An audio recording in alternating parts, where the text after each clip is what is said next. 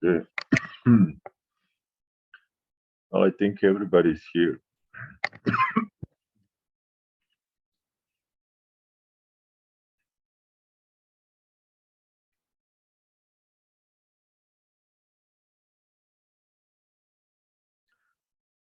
Do you see the screen, the PowerPoint? Yes. Yes, sir. All right. Yes. Okay. So, all right. Let's. I think we missed one student. Let's see.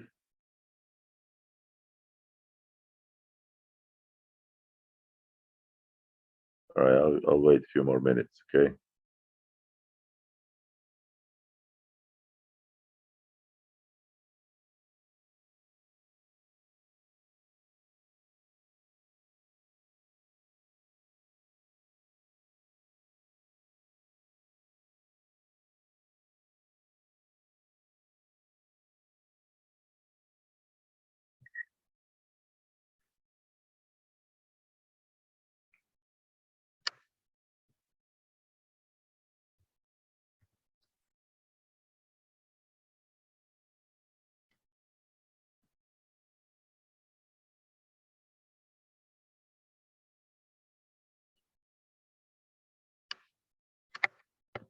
All right. Uh, let's start. If the internet is not the best and you have a trouble hearing something, you just raise your hand so I can actually go back and rediscuss that particular section. Okay. All right.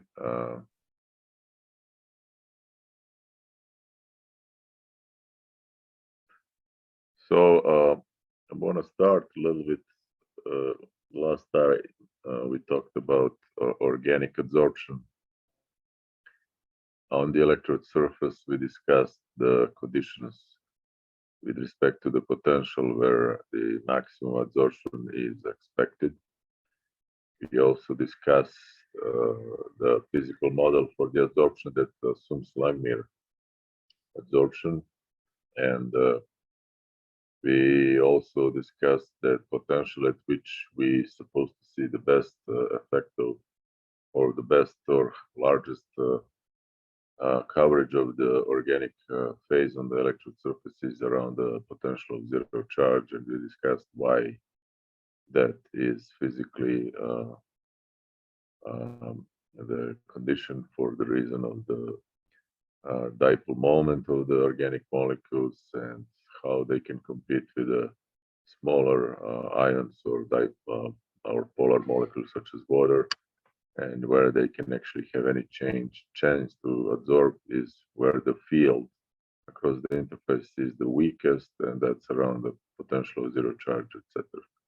I mean, that's the last lecture, and I assume that David has informed you about the update on the recording in the web. I didn't check, but I assume that's all good, right? David, is that okay? Yes, it's already uploaded. All right.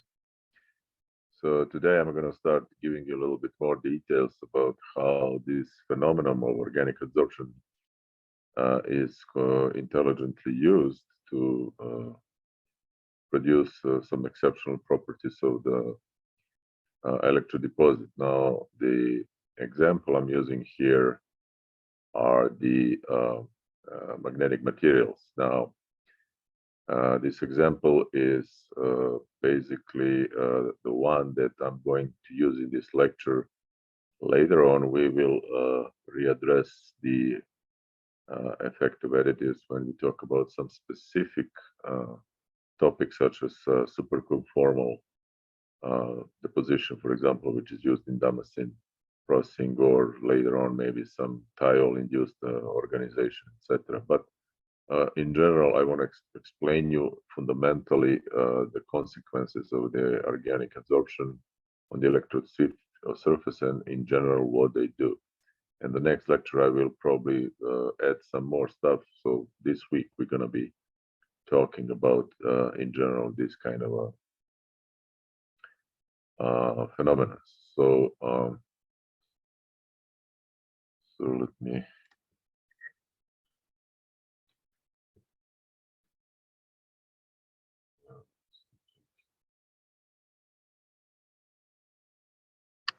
see. It's frozen. All right. So to start with, we'll just show some benefits that organic substances we call commonly additives do to electrodeposition in general when it comes to different um, uh, basically problems. So what you see here, some examples which show you magnetic nanostructures commonly used in magnetic recording industry, which are produced by high magnetic moment alloys. We will discuss high magnetic moment alloys and deposition of alloys in general later on. And for this particular lecture, the focus is not on alloy deposition, but it's just to exemplify to you how the additives do affect certain properties. And so what you can see here in the, let me just see if I can annotate while I'm talking to you. All right. So what you can see here is on the left and the right side, you can see the image of the magnetic nanostructure that has been produced using the current densities that have overpotentials, or basically electrode potentials, which rests in the region far away from potential of zero charge. And so what you can see basically is that the morphology of the deposit is very rough. That's one thing. And if you look at just basically this part, not even considering this problem here, but just the sides, which we can call commonly field in the processing industry, you can see this is quite rough as compared to the dimension or basically thickness of our nanostructure. Now, this roughness might be okay if you grow 20 micron film, but the structure is only about half a micron, uh, half micron tall. Then you can see that the roughness of these bumps probably scales with the thickness of the deposit, which in general for this application of the magnetic recording heads is unacceptable. On the right side, it's the same story. It's just a little bit different profile of the structure, but you can see again, very rough deposits, very big bumps you can see here, right? And here, obviously. And they scale even more in terms of the roughness. The roughness is larger than the thickness of the structure. And again, for the application of magnetic recording heads, this is unacceptable. Now, the challenge in part comes from the fact that this is in the center here, we are talking about the resist profile, but you're supposed to electrodeposit your nanostructure and fill this very, very narrow trench with electrodeposit, which is magnetic alloy with a particular properties. And if you look this cross section, this is only 20 nanometers wide.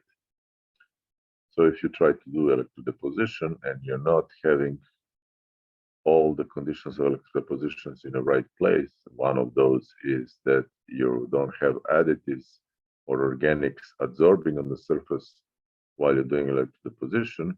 What you really have is this basically no-go results, and this is typically considered as the scrap, or basically you have to throw away the whole wafer if this is the result of electric deposition. Now, in opposite, if all other conditions are good, and additive adsorption is one of the conditions, but here I'm focusing only on that. You can see that you can produce for the same type of the challenge, meaning the same type of the resist structure. You can also produce something that is looking pretty good, where the roughness across this, we call this pole tip, is relatively, or at least from the point of view of the SEM image, negligible, as well as the field roughness is negligible as compared to the thickness of the deposit. But you see these tiny holes here is the effect of the corrosion attacking the seed layer, which is the consequence of something that has nothing to do with electrodeposition. And then on the right side here, you can see again the same type of the challenge in the structure that you see here with the photoresist with 20 nanometer, basically lateral dimensions. And you can see half a micron thickness of this pole tip structure, which is quite smooth as compared to the thickness. And this is something that is expected to be done by electrodeposition on a wafer scale, which is about 80,000 devices like this, or 80,000 structures like this, across the 15 centimeter wafer, with variation of about plus minus 3% overall. And so when you think about electrodeposition, this is achievable, and it's now today's standard processing method for magnetic recording industry to produce this type of structure.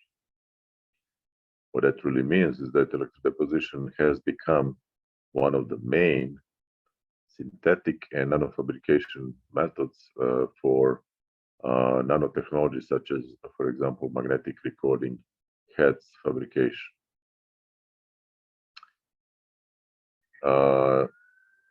Okay, so another thing that I can emphasize the benefit of the additives is that if you, I'm not going to go into magnetic alloy characterization, but some of you probably have seen this is magnetic loop. It's called BH loop.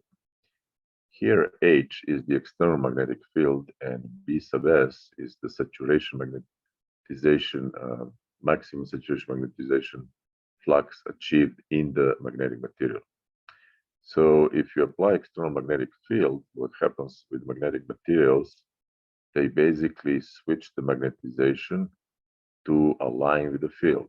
And the point where they switch magnetization here, basically, or here basically, and align with the field, because here the field is going this way, and here the field is going this way. That's why you have plus and minus, right? So if you're going from magnetization material going this way and you keep decreasing the field, and then eventually at zero field doesn't exist, you can see that there is a residual magnetization in the deposit, which doesn't change much.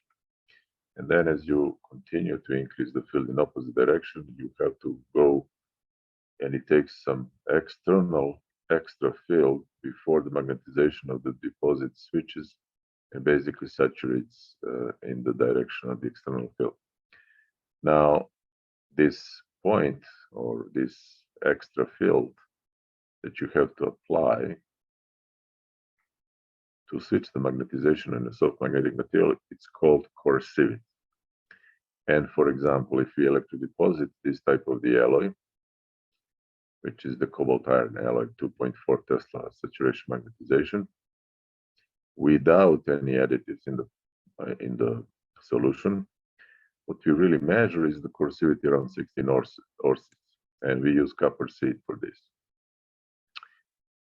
And I just explain you this rotation of the magnetization. Here is the pictorial description. As you keep decreasing the field, eventually switch the field magnetization, eventually the magnetization in the material changes the direction to align with the external field. Now here, what you see is the same material, cobalt iron, electrodeposited with the same solution chemistry, but with 5 times 10 to the minus 4 molar addition of saccharin, which is the additive I mentioned last time. And you can see you still get a very high moment, but corrosivity, which means the field at which magnetization switches from one direction to another under the effect of the external magnetic field, is much lower, and it's about 8 oersteds. Okay, and this is all. So all other conditions are the same. The only thing that you have changed is that you add 5 times 10 to the minus 4 molar saccharin, which is of order of, let's say, 0.1 or 0.2 or 0.5 grams per liter, something like that. So very small addition of organic molecule in a plating solution or electrodeposition solution without doing anything different gives you alloy that looks like you go from alloy that looks like this to the alloy that looks quite substantially soft, because the softness of the magnetic alloys is in one way described by the value of the corrosivity of this magnetic alloy. Okay, and so you can see basically that this magic of the organic additives in the solution is quite, I would say, enabling phenomenon. First, it gives you opportunity to deliver the structures that are very small with a controllable morphology. And second, you can control the properties of the magnetic deposit quite easy, in terms of the magnetic softness without ruining the other magnetic properties such as saturation magnetization. Okay, so now we want to really understand how does this really happen, okay, and why does this happen, and what's the art described in scientific way. That's why the lecture is called Science and Art of Additives. So let's start with the organic phase adsorption or additive adsorption. So we discussed the last time the methodology to basically determine at which potential we have maximum adsorption of the additive. And here, again, the additive example is saccharin. And I show you here capacitance measurements as a function of the potential for the cobalt iron surface of the double layer as a function of 2 different concentrations of the saccharin in the solution. And for the smaller concentration, obviously, you can see the double layer capacitance goes a little bit up and then suddenly down, becomes minimum around in between minus 1.35 and maybe 1.3, and then gradually starts to increase. As we increase the concentration of the saccharin as an additive in this solution, and we again measure the double layer capacitance, you can see the double layer capacitance drops right away, and it becomes really small for a quite really big range of the potentials, and then starts to increase further on. Now, I gave you a formula which we call Frumkin formula, which gives you an idea how to calculate the coverage of the saccharin from these measurements of the double layer capacitance. And basically the value of the double layer capacitance minus the value of the minimum capacitance, which means the one down and the bottom, divided by the ratio or the difference between the value of the maximum capacitance, either here or here, minus the value of the minimum capacitance, which is here. And so if you now plot this calculation, which is the coverage as a function of the potential, you can see that the maximum coverage of the additive saccharin for the small concentration is in this small potential window, but as we increase the saccharin concentration to 1 gram, this window actually expands a little bit more, and we have quite larger window for saccharin adsorption. Basically, you can see that this coverage is about 100% or 1 in this potential range, or in this potential range, depending on the concentration of the additive in the solution. So that's the textbook example how you can actually test first whether your additive absorbs on the surface of the electrode that you are interested in to produce the deposit with. And then you can see also how the concentration of the additive affects the range and coverage. All right. And obviously, what you can really conclude, another thing from here, is that the PZC of this alloy is somewhere here.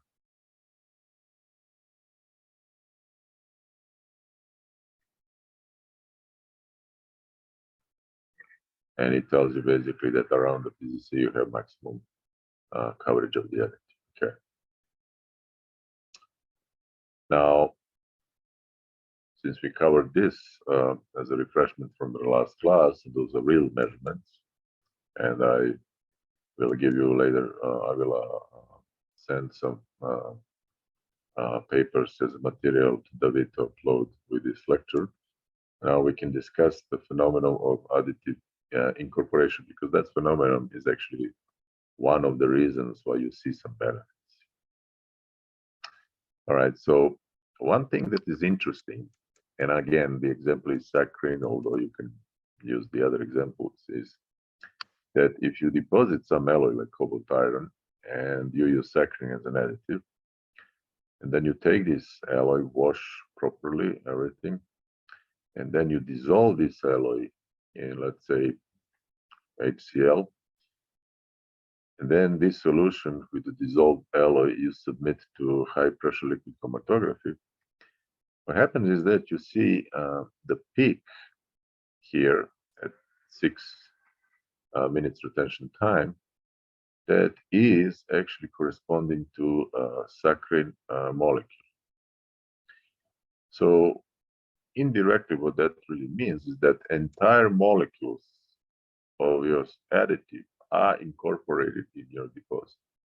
That's absolute proof of that. Now, how does this really happen? And I mentioned last time a little bit about this. Now here you're just going to have a nice picture, is that you have the free surface of the growing deposit, and you have the surface that is covered with additive molecules, which here are these white balls. And the growth of the deposit under the additive is slightly slower than the growth of the deposit which is not covered by the additive molecule. So as you grow your deposit, meaning you getting thicker and thicker surface, because of this differential in the growth rates between covered and uncovered surface, you gradually trap entire molecules in your deposit.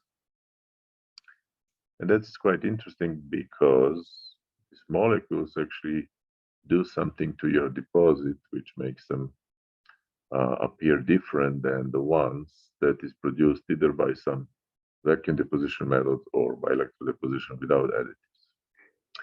Now, if you want to put this in the mathematical formulation, this sketch and this graphical explanation, obviously you can see that the more additive you have on the surface, meaning more coverage you have, the expected incorporation rate of the molecules of this additive should be larger, right?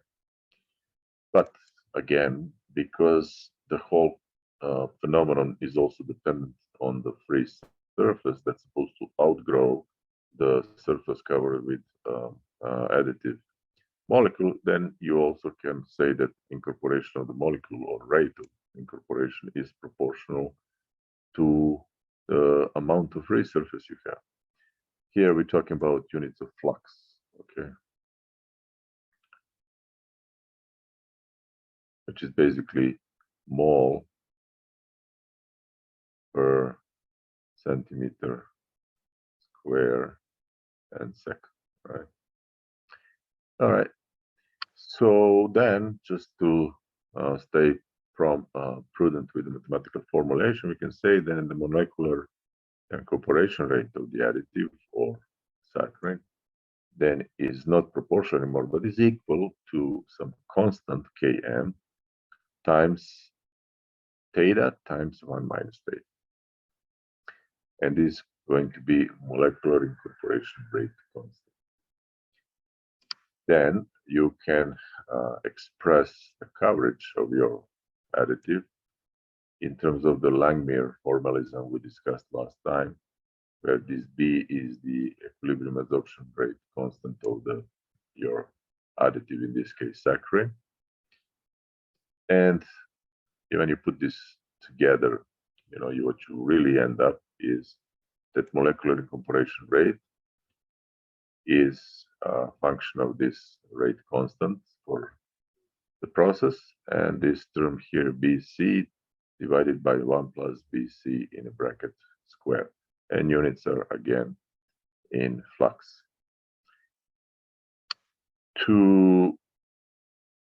You actually can read a little bit more about this, but just to give you an idea of what this rate constant is, it's proportional to the surface concentration of the additive molecules in a full monolayer. This is this G monolayer, which is basically moles per centimeter square. This term here is the difference between V segundum minus V prime, because it's a differential rate of the growth of your surface. And this thing here is basically diameter of your molecule in a very simple way, shown here as a sphere. So basically this constant has a physical parameters included in their value. And if you basically deposit several different alloys, not different, same alloys, but alloys with different concentration of the saccharin, and then you dissolve them, and then you measure the amount of molecular saccharin that has been detected, then you can see, interestingly enough, that for very small concentrations, obviously, there's a very little saccharin incorporated in the deposit. As you keep increasing the concentration, the amount of saccharin in your deposit goes up and then starts to decrease. And this is the model that we have developed. And this red line here is basically this mathematical formulation model fit to your experimental data, which basically also allows you to come up with the value of this rate constant and equilibrium absorption constant for your saccharin, for example. So obviously the model, the understanding of the process, the way we just discussed, gives you a physical interpretation of what you really measure in the real experiment. Okay, so you can read more about that in this publication here, right? Now, that's not the full story, because what happens, for example, with many organic molecules, including saccharin, is that at the potential at which the electrode surface is during electrodeposition, which is usually very negative, there is a possibility that with water molecules or protons and with reduction, we can go from saccharin molecule to some different derivatives which are reduced form, and this particular one is called orthotoluene sulfonamide. And then the reduction continues. You can end up with some molecular fragments, or if you go to the complete reduction, what happens in the end, you have sulfate particles in your deposit.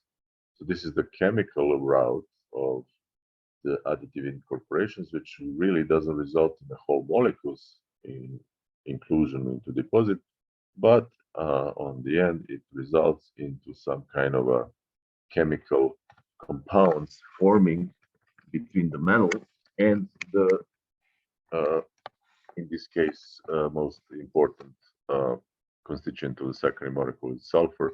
So basically, between sulfur and the metal. Okay, so obviously this chemical route is also something realistic.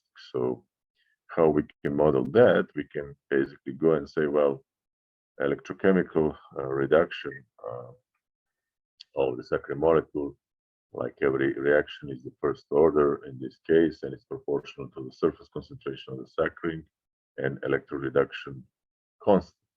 Surface concentration of the saccharine is basically concentration of the saccharine in the full monolayer times the coverage, and then we can go from electroreduction in terms of the some kind of a realistic scenario where this chi here represents the probability that not every saccharine molecule on the surface will be reduced. So this chi can go between 0 and 1. In reality, it's between, some number, but it doesn't really matter that much because it becomes a part of the new constant here, which is again called the electroreduction rate constant, which, just to understand, you guys understand, fundamental constant times this chi gives you this number here. And on the end, we can express that electroreduction rate as an incorporation route of the additive is equal to this expression here. And it's basically showing you that this is basically function of this chi term, rate constant, so this is ER basically.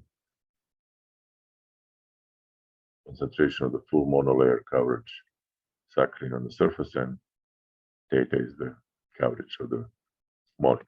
So we can group all these terms and call this K capital ER, which is the electroreduction rate constant, and we can replace theta with Langmuir adsorption formalism, and on the end we get the expression for incorporation of the additives through electroreduction route, which is given by this expression here.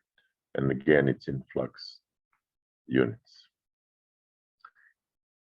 So now the full story is becoming more transparent, is that if we consider sulfur as a trace element, for example, of the process related to additive incorporation, and in this case, saccharine contains sulfur, so we just focused on sulfur. We could take a carbon, we could take nitrogen, any other trace element that is in the saccharine molecule is going to obey the same type of the behavior.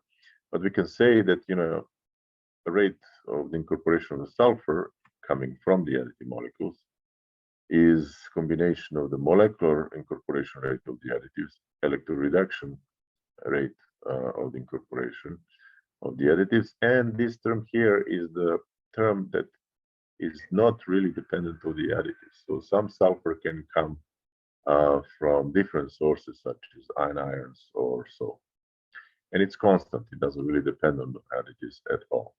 So when we express this whole thing in terms of the coverage, which we discussed before, then you end up having the sulfur incorporation rate as a function of the coverage of the additive. And here is a measurement for the alloy that is 1.8 Tesla cobalt nickel iron. This is the saccharine coverage. This is the rate of sulfur incorporation. You can see that the model expressed by this equation is kind of basically giving you pretty good interpretation of the data that we measure experimentally, although the data are not so dense, so we can just guess what's happening in between because we don't have a data. But it's relatively decent proof that the full model, which basically discusses the sulfur as a part of the additive incorporation into the deposit, is covered by this expression. Now, if we go a step further and then say again what we already have done, that theta could be coverage of the additive can be expressed through Langmuir adsorption formalism, and we put this into this expression, you can get the final model, which gives you an idea how the sulfur belonging to the additive incorporates into deposit.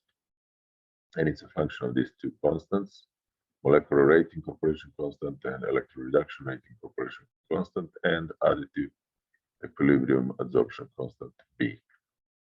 So if you take this model and you look the real data in terms of the sulfur in the deposit as a function of saccharin concentration in the solution, you can see that the model is actually really well describes what we see experimentally.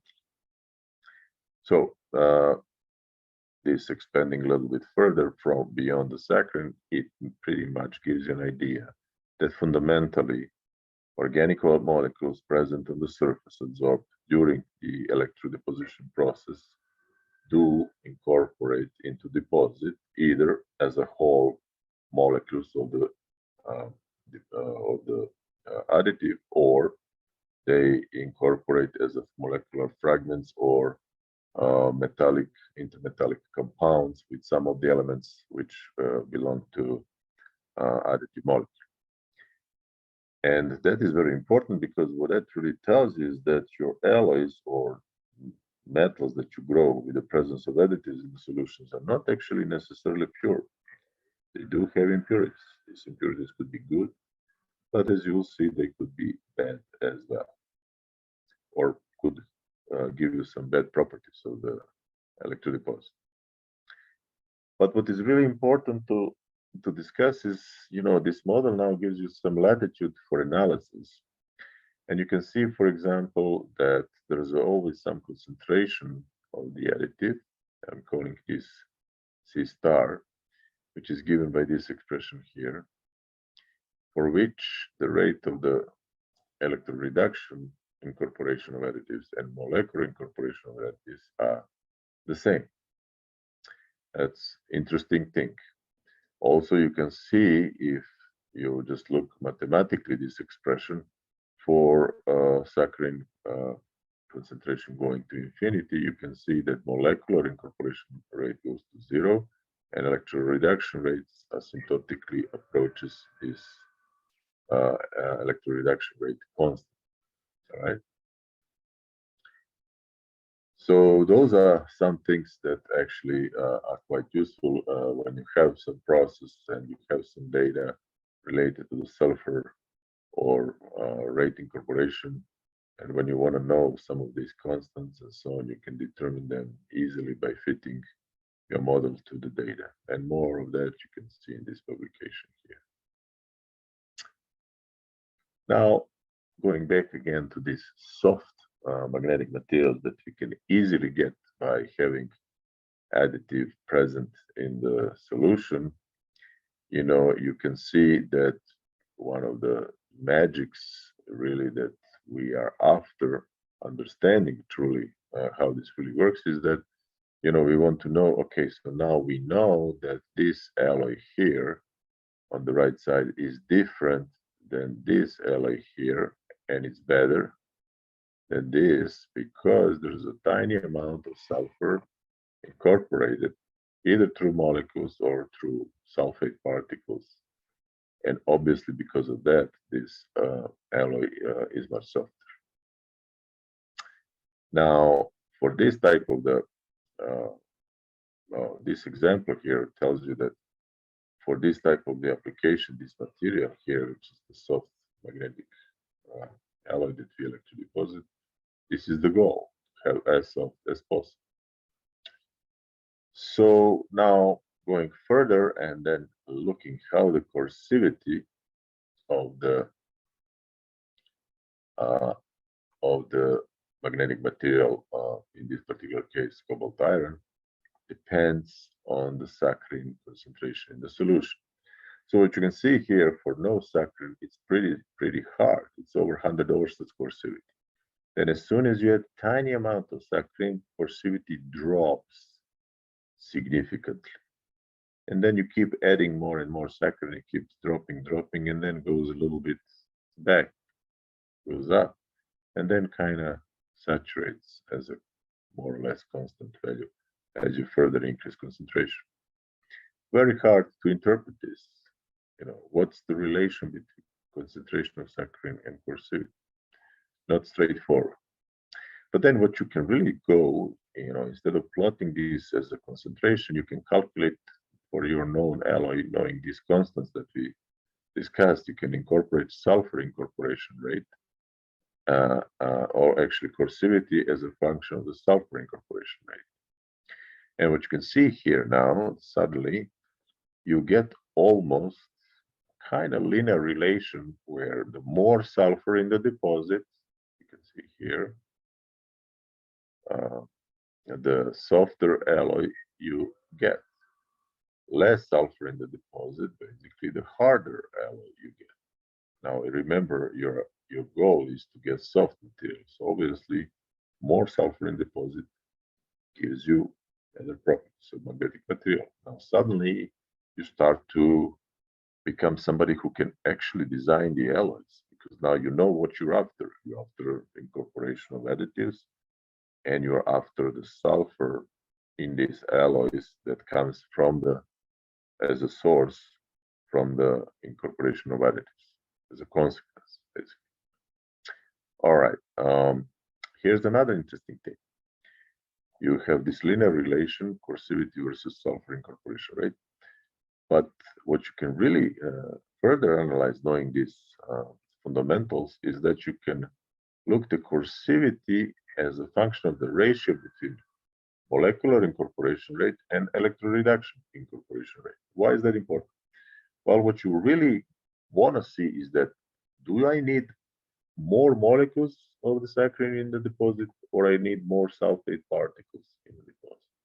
Which type of the incorporation of the additive is more beneficial for magnetic softness of our alloy? And here's a very interesting finding. So what you really have here is, when the incorporation rate of the molecules is equal or kind of smaller than the electroreduction rate, or when this ratio is below 2, you can see that you have very much higher coercivity of the alloys.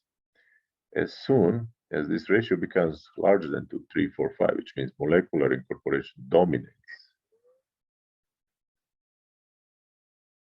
then what you can see, you're getting much softer alloys. And that indirectly means that molecules of saccharin as a whole incorporated into deposit are more beneficial for magnetic softness than formation of the sulfate particle. That's the take-home message. And now you are educated enough to understand fundamentally how this really works in terms of the additives, absorption, incorporation. And now you also understand that you want molecules of the saccharin to be incorporated in the deposit rather than sulfate particles. What is really important now when you design your bath for the electrodeposition is that what would be actually concentration of your additive. Now, if I go back and just show you a calculation of the model, this graph here, let me just go back here. You can see that this point here, this is when the electroreduction and molecular incorporation rates are equal. If I go below that, you can see that molecular incorporation rate, which is the yellow curve, is much higher than electroreduction rate, because I want molecules to be incorporated much more than sulfate particles coming from the additive reduction. Obviously, I will achieve the best or the softest alloys if I choose this concentration here, where most of my sulfur in the deposit will be coming from the molecular incorporation of additive rather than from formation of the sulfate particles, where sulfur comes from the additive molecules. That is quite important to understand. And so if I'm designing the bath for magnetic alloy composition, guess what? Which concentration of additive I will use? I will use the one that is about here, which is around 25.3 grams per liter, right? And so when I worked in Seagate, when I reanalyzed all this and I figured it out, wow, is that what is really going on? We had a license from IBM, which wanted us to use 2 grams per liter of sugar. And I said, forget about it. I got rid of this license. I redesigned the new bat with this, and Seagate had the best and softest cobalt iron alloys in the business in the whole world until the basically competition caught up with us reading my papers. But by that time, I left Seagate and I became a professor in academia, where my job was not to create secrets, but to disseminate the knowledge so everybody can learn. All right, how are we doing? Do you guys have any questions? All right, no questions. Everybody happy? I like that. So now I'm going to discuss with you guys an example of how additives actually help us getting low stress alloys. And I mentioned the last time that, stress in the films is one of the major problem for the film functional use, because if you have high stress films, just delaminate, they pop out and so on. And so if you build a device where you have some kind of a magnetic film, for example, and if it's a high stress, if it goes through some thermal cycle, this film will just pop and the device will be destroyed and so on. So obviously it does really matter how high stress you have in the electrodeposited films. So now, when you think just fundamental, and I'm not going to go too much about this because this is not about thin films, it's about electrodeposition, but the typical stress behavior of the most of the metals, okay, that we do electrodeposit, is that for the very small thickness here, when we nucleate on the surface, the nucleation event is characterized by this tiny compressive stress. Compressive stress is negative. As the nuclei keep popping on the surface and growing, and they start impinging to each other, what you really see is the tensile increase. And this tensile increase is due to the process called grain zipping. And I will explain you this in a moment. And after, the whole film is thickened, the stress, depending on the metal, relatively changes a little in your film, but it's really high. This could be all the way to up to 500 megapascals, for example, which is really, really big stress in the film, and that's bad. Unfortunately, no matter what other whether you use electrodeposition without additives, or you use some other process for synthesis, let's say evaporation, or some I don't know, let's say sputtering, etc., you're going to deal with this issue. And in general, in many instances, many other deposition processes are limiting. The limiting problem is the stress. Basically, you cannot go thick. Very difficult. All right. So luckily for us, the deposition, as soon as you introduce additives in your electrodeposition process, assuming you're doing things right with respect to potential at which you do electrodeposition and additive absorption occurs, suddenly this stress drops to more than 90%. So if this is a 500 megapascal, typically with additives, you're getting around 50 megapascals, which is not. And suddenly, with this low stress, you can grow films several microns, tens of microns, and so on, and no problem, no delamination, no issues, etc. And there was a lot of anecdotal descriptions how this really works, and none of them were truth until I started looking this into more analytical and methodical way. So what's really going on is something that we're going to cover in a moment. But I just want to give you, this is not really something you might want to be studying in detail, but to explain you how this stress measurement is done. So what we really do measure is in situ stress development in the film, where the film is basically a glass cantilever, which on one side has the surface uh, covered with a tiny layer of gold, serving as an electrode, for example. And the back of the cantilever, because it's a glass, it's transparent, and the laser beam comes through a prism beam splitter, hits the backside of this gold, gets reflected, goes through beam splitter, and lands on the position sensitive detector. So now this cantilever is part of our working electrode. There's a counter electrode, there's a working reference electrode, etc. And now we turn on the potential.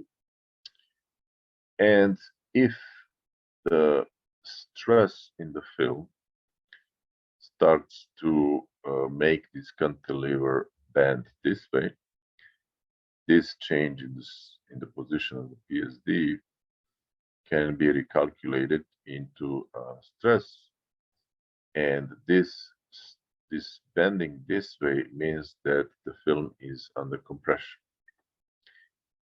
Now, if opposite is observed and you start depositing and the film starts to bend, the cantilever starts to bend this way, that means that your film is under tension. And this is called cantilever bending experiments, and they're common, and they're not only used for electrodeposition studies.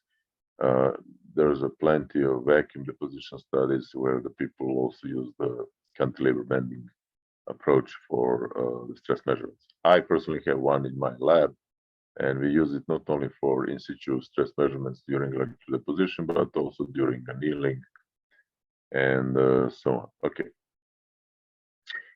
Now, this method itself is in conjunction with the. So how do we calculate the stress in the film based on the change of the position of this laser spot reflection from the cantilever back? Is that there's a Stony equation, which I'm not going to go into details, but you can see that we calculate force per width of the film. Now, width of the film means if this is the cantilever width, right? We calculate force in the film per width, okay? Using this expression here, which is, again, this D is this measurement here that we calculate from basically changing the reflection position. And this is basically Young's modulus of the glass, thickness of the glass cantilever square. There's some dialect optical what's this refractivity of the air, water. This is the Poisson ratio of the glass. This is the length of the cantilever. This is the full distance of the position sensitive detector, etc. But the bottom line is the final calculation, which we really show later on. I will show you this. Of the stress is basically based on this measurement, which is the function of measuring this D, divided by the thickness of the film. Now, the thickness of the film changes during the electrodeposition experiment, and so we can calculate the thickness of the film, if you remember, using the Faraday's law, which basically gives you, if you integrate the current in time, that gives you a charge. charge times all these constants, which are current efficiency, molar volume of the film, Faraday's constant, number of electrons in an area, etc., gives you basically the thickness. All right. So all this stuff that we mentioned before kind of nicely plays into understanding these formulas. But on the end, what you really get out of this measurement is the stress in the film. Okay. Now, before I give you a little bit more caveat, we need to just have a clear idea whether the saccharin concentration or amount of saccharin in the solution does affect the structure of the film or composition. So these are the data that tells you pretty much that saccharin composition in the solution does not affect significantly or to appreciable level composition of our films. That's number one. And number two, if you measure the grain size, meaning the structural effect, for the films deposited with different concentration of the saccharin in the solution, what you really get is the grain size within the error bar of the grain size determination from XRD measurements does not really change the appreciable amount. And this is also reconfirmed by the transmission electron microscopy. So basically what we can say is that composition stays constant and the grain size of the film stays constant for the wide range of saccharin concentrations considered in our experiments. Okay. But here's the best part. This is the average stress in the film as a function of the film thickness as we grow electrochemically. And you can see we start obviously for experiment with 0. And as soon as we start growing film, thicker, thicker, and thicker, stress goes up. And eventually, you can see once we exceed the 0.1 micron, which is 100 nanometers only, our stress is already 450 megapascals. Huge, huge stress. I don't know if you understand what 450 megapascals is, but go check the yield strength of many, many materials. And you will see that it does exceed the yield strength of metals, right? And then it kind of stays more or less constant as we grow thicker.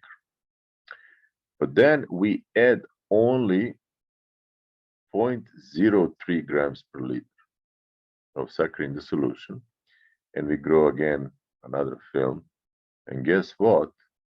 The maximum stress now that you see in the film at about 0.1 micron drops for 150 megapascals.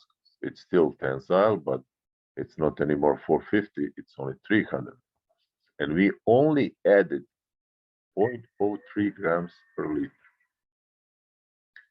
And then we add another 0.3 grams to the total concentration is 0.6, and you can see the stress is almost another 60, 70 megapascals down to 230. And then we add another 0.04, which is totaling 0.1 gram per liter, and then the stress drops another 50, 60 megapascals. And then as you keep adding more and more and more, eventually you can get, for 1.5 grams of saccharin per liter, you can get stress in your film to be below 50 megapascals. So no additives, 450, with optimum amount of additive in the solution, which is here 1.5 grams, you get about less than 50 megapascals. Now that's a magic. This is like hocus pocus, which nobody understood truly. Everybody knows that additives help you with the stress, but how? I mean, what happens? We know that they incorporate. That's number one. Okay, we know that they affect to some extent coercivity, because we know that more molecular saccharin incorporated into the deposit gives you softer alloys, right? So now we can have a correlation clearly, and we can design the bath in terms of saccharin coverage to get the softer alloy, right? But suddenly now we can see on a purely deterministic way through the experiment, that more additive in the solution also gives you way much less stress. Now, how does this work? It has to be some fundamental relation between the saccharine concentration, which you have here, and the stress in the film. And remember, these are in situ measurements. So basically, you're growing and you're measuring stress. Okay, and this is the film thickness. Right, the film gets thicker, thicker, thicker, and you're measuring the stress. You can see mostly, after 0.1 micron, the stress doesn't change much as you grow thicker films. Okay. Now, if you look some literature, and I'm not going to make this thin film class, but again, I need to give you some background so you understand the whole phenomenology about additive effect and stress.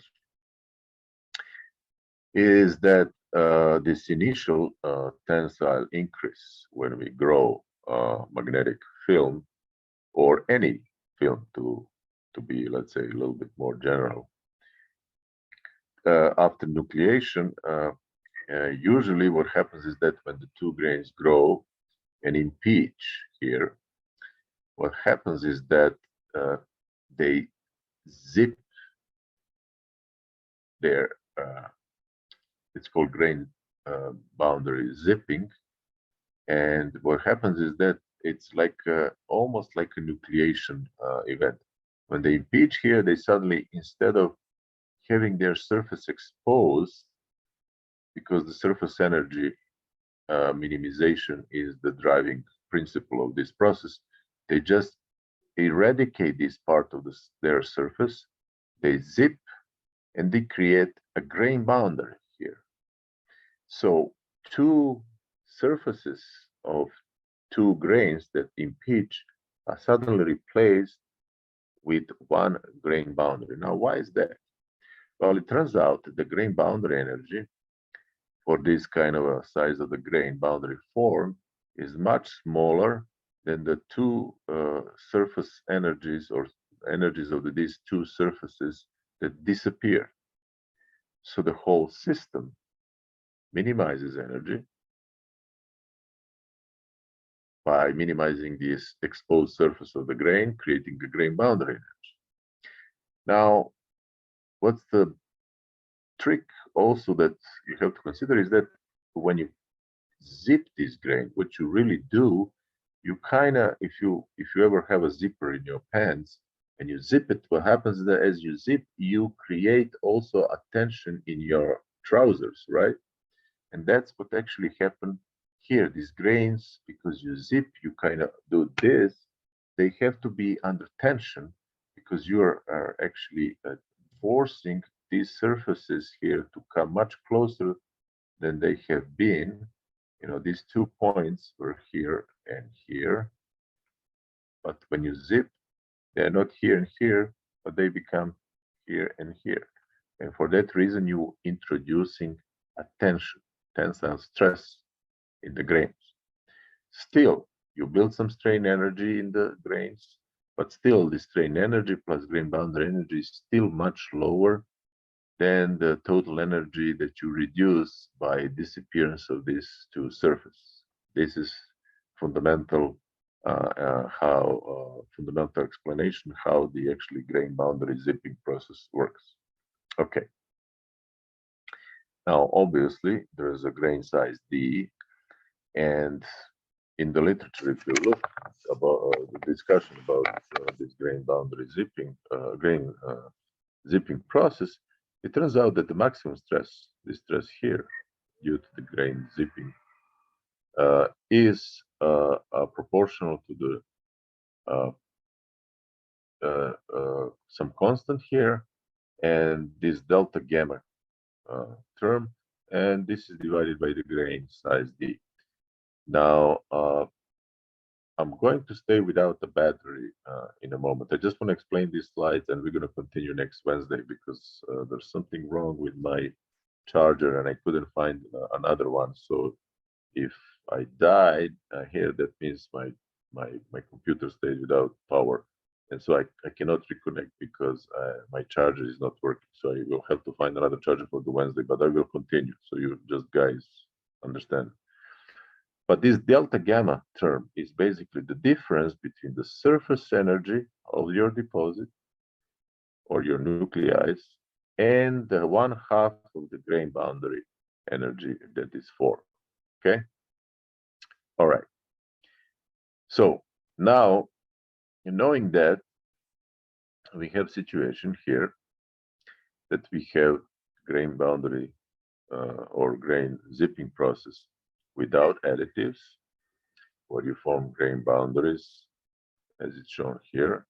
Delta gamma is given as it is by the theory, and the grains are under tension. But when you have additives,